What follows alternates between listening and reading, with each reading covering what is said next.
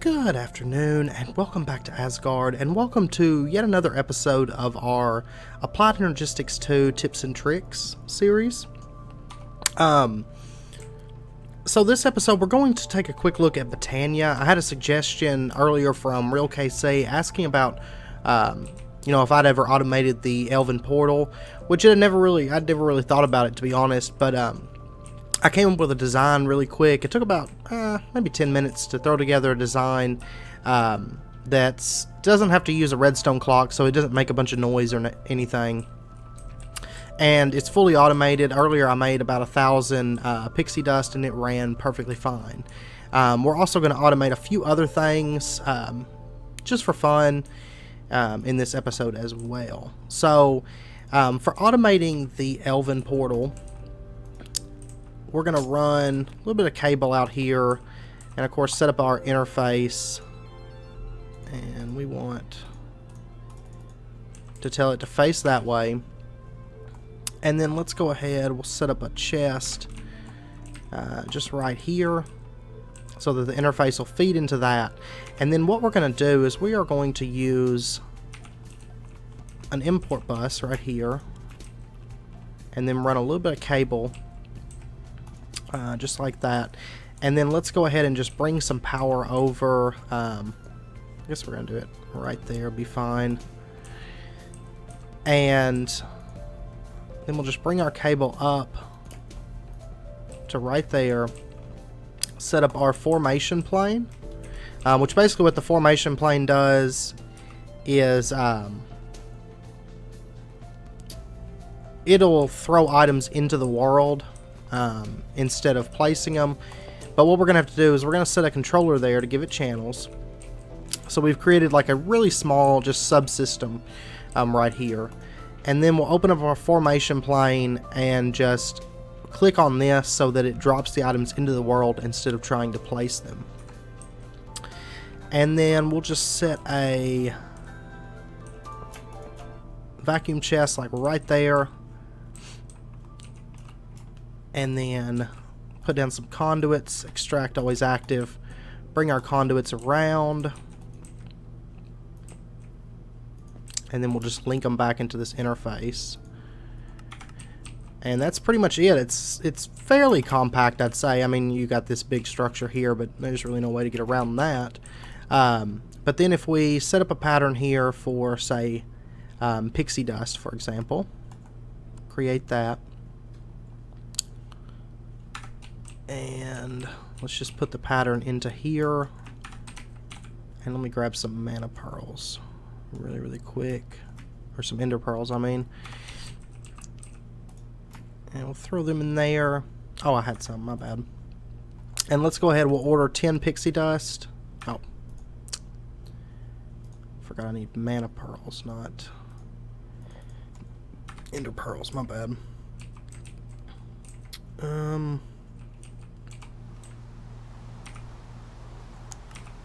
Oops. I apologize. Okay. Let's just grab 16 of these. Let me turn off this rain. Okay. So now we're good. I had mana pearls. I apologize. I've got so much junk in my inventory right now. And let's just go ahead and order 14 pixie dust. And you'll notice it's chucking them through. You can kind of see it for a split second there, and you'll notice that it's bringing pixie dust into our system. And it's counting it down. So that works. Oh, I just canceled it, but whatever. It's still going to keep doing it because it's got it in the subsystem. But anyway, that's just a really easy way to set up your Elven portal. For full automation, so you can just throw it full of recipes and there you go. And it's totally silent. And like I said, I requested 1,000 pixie dust and it ran perfectly fine.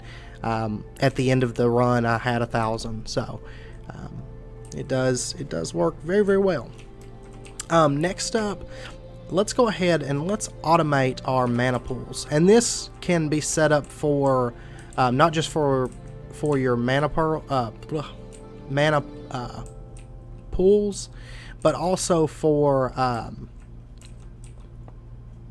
ahead and break that actually, and that and that and that, and we'll just break everything. Okay, this can be used not just for your mana pools, but also for like the alchemy catalyst and the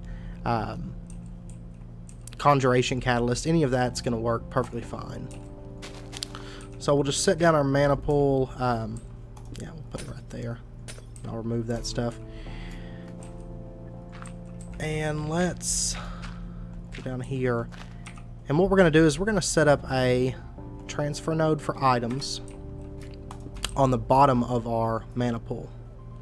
And then we'll give it a couple world interaction upgrades so that basically it can pick up items in the world. And since it has 2 world interaction upgrades, it's going to be able to pick up any items here or above it, just in case. And what we'll want to do is we'll want to go ahead and surround our mana pool, because there's a chance that the items will pop out of the mana pool. But if we just put some blocks around it, it'll work perfectly. And then what we're going to do is we're going to set up an interface. Set it up to face in that direction. And we'll just bring our cabling down. And then we're going to want to get ourselves an open crate from Botania. Fairly easy to make. And just put it right there. And then we'll want to set a filter to our transfer node. So we'll go ahead and set up our filter to filter mana pearls, mana steel, mana diamonds. And we'll throw this filter on there. And let me grab some transfer pipes.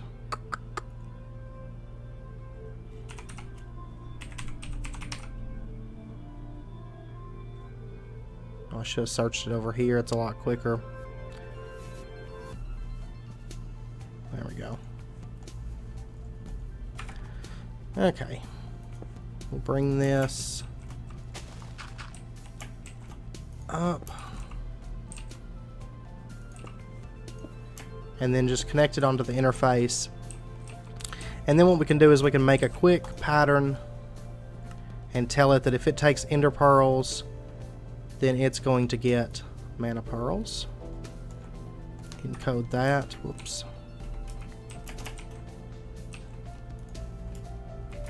And we'll just throw it in there. And now, if we come in here and we request, say, 10 mana pearls.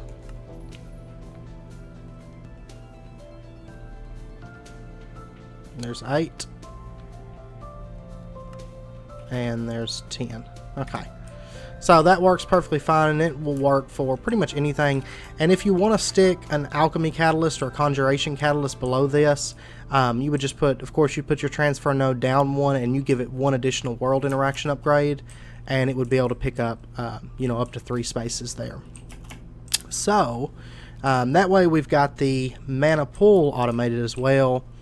Next up, just in case, honestly, I don't personally see too much of a use for it. I guess if you use them a lot, you might want to set this up. But we're going to automate the Botanical Brewery. Sorry about that. So what we're going to do is, of course, we're going to set up an interface here. And let me go ahead and set it to dawn. And set this up to face in this direction. And what we'll do is we'll put an autonomous activator right here. And of course you can run power any way you want. I'm just going to stick a creative energy cell there. And we're going to pull in items from the back. And then what we're going to do is we're going to set up our Botanical Brewery right in front of it here. And then we'll set up a vacuum chest. Let's see, where do we want to put this? Maybe just right here would be fine. And we'll set this up to extract always active and insert.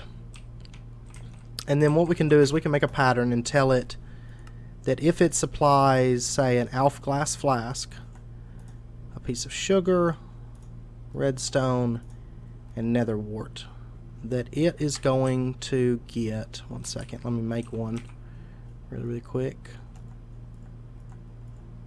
because I don't have one. I believe this is Fleetfoot. And then we'll set up a mana pool as well. Let's say the Gaia mana spreader. And that.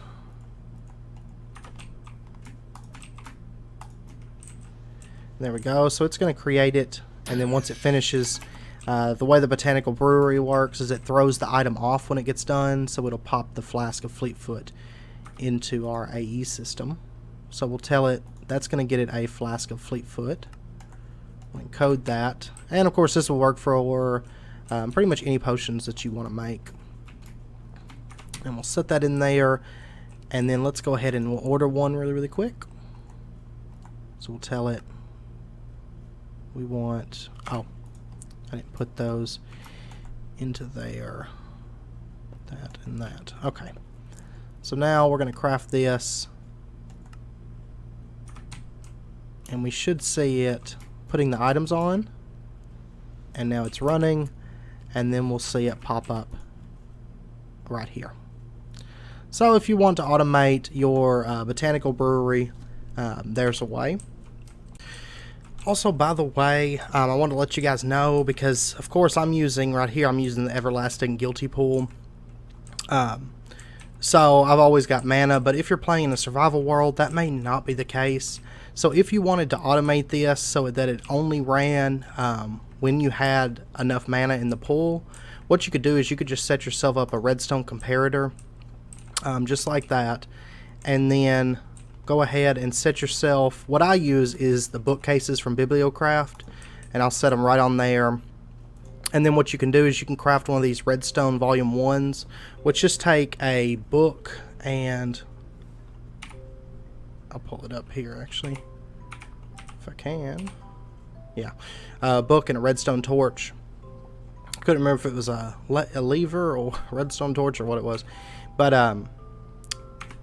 craft one of those, and then depending on where you put it, it's going to emit a different signal. So this would be 0, 1, 2, 3, and all the way up to 15.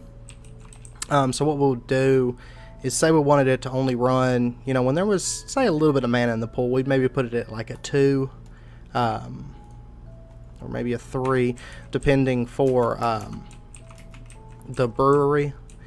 And what you could do is you could set it up like that, and then you know, bring your redstone out to there, and you could set up your autonomous activator to run only if it has redstone. And so now if we say we change that out for an empty mana pool, there's no signal. And you could use redstone conduits as well. That's usually what I do, is use the the redstone conduits from Ender.io is generally what I run with for that. So let's grab some of these, because they won't lose your signal strength, you know, as they go around. So we maybe set it up like this,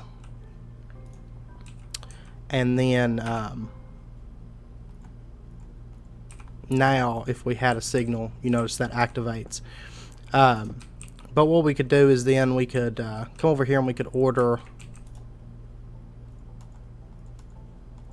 one of these, and it should send the items out, but the autonomous activator is holding on to them until it gets a strong enough mana charge. So for example, if we set up a Gaia mana spreader over here and link that up to this pool, you'll notice it's going to start filling it, and after just a second, once the mana pool gets enough mana in it, it'll kick on that redstone comparator. And let me actually set up another one, because it's taking a second here.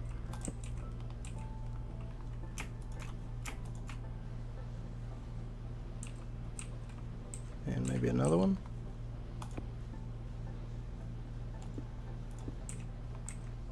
that.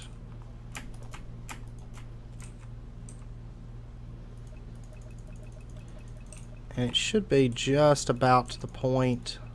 Tell you what we could do. We could just move this book over. And there we go. So now it's emitting a signal. It's got enough mana in the pool. And so it's put the items onto there. And it's really quickly crafting it. And there we go. And you could do the same over here if you wanted to. You could set the interface up with a chest and then an item conduit pushing into the open crate. And then set it to activate it on redstone only. And do the exact same thing over here. Because these item conduits, if we grab one for example, you can set it to say extract with signal. And if you had that between the chest and the open crate and had just your redstone conduits leading up to there, it wouldn't extract until that mana pool got full enough. So that's one way to do that. And next up, I want to cover automating the Jaded Amaranthas, the way that I personally usually set it up. So what we would do, let me dump off some of this stuff. Okay, should be good. And what we could do is, let's get ourselves a Jaded Amaranthus. Oh, where are you? There you are. And we're also going to want to get ourselves, let's see, where are you at? You should be with the mana spreaders. Yeah, right here, this pulse mana spreader. And then we're also going to want to get a hopper hawk. And we're going to want vacuum chest. And then lastly, we're going to want to get a, oh, where's it at? Drum of the Wild, but you know what? I'm just going to search it. I have this terrible habit of not searching for things by name. I just search the mod. And especially when I'm grabbing out a bunch of stuff like that. And then what we would do is we would run our, let's run our cables just right over here so we got some space. And we'll set up a chest with an import bus on it. And that way it imports anything that comes through the comes from the chest. And then we could just set up our Jaded Amaranthus. Of course, we'd give it more room than this, but you get the idea. And how's it running right now, actually? Out of curiosity, there's no mana near it. I don't know. But generally, you'd set up a pool next to it. And then what you could do is you could set your pulse mana spreader up. Let's say we'll set it up just right here for now. And then put your Drum of the Wild right here. We'll link that up. And then we'll set up our Hopper Hawk just right here will be fine. And then the way this pulse mana spreader works is it will emit a redstone pulse in the form of a mana pulse every time that it gets a redstone pulse.